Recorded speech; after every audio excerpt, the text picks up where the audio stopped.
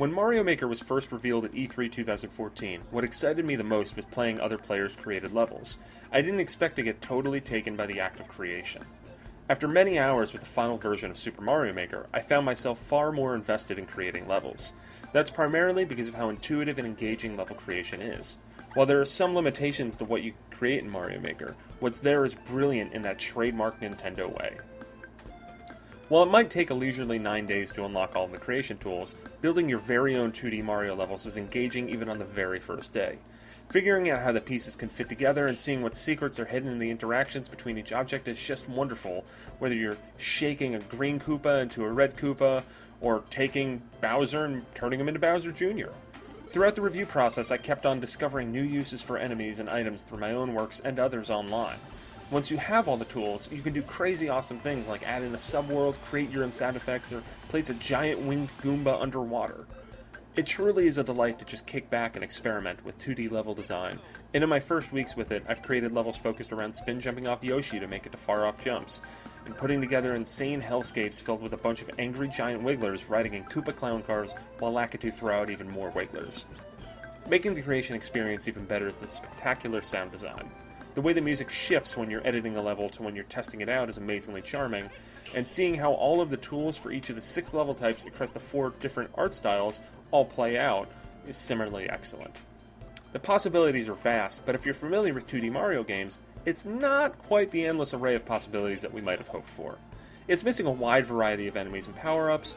For example, there's no charging Chucks, no Rexes, no penguin suit, no frog suit.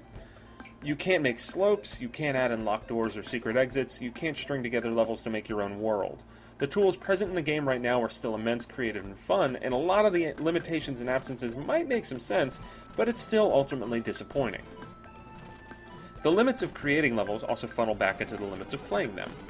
Offline, the game comes with more than 60 original levels made by Nintendo. They do a great job of showing off what the level editor can do, and you can play those levels through 10 Mario Challenge, where you play through 8 of those levels randomly, at once, on only 10 lives. When it comes to hopping online and playing user-created levels, you only have a few methods to do so, the majority of which treat each level as a standalone entity.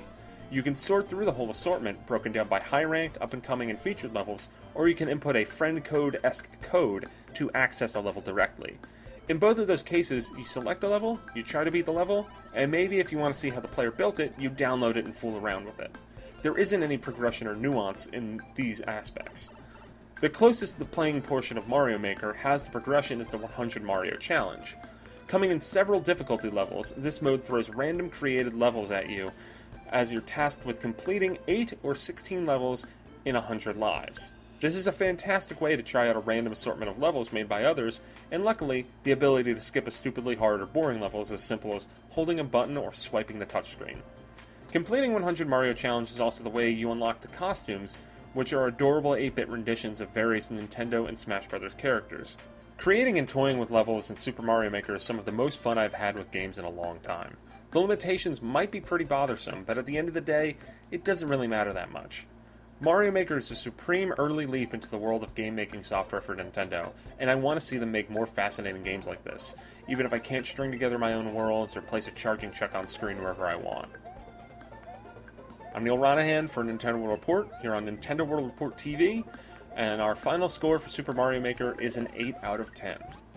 Thanks for listening, and be sure to like this video, subscribe to Nintendo World Report TV, and leave us some feedback below.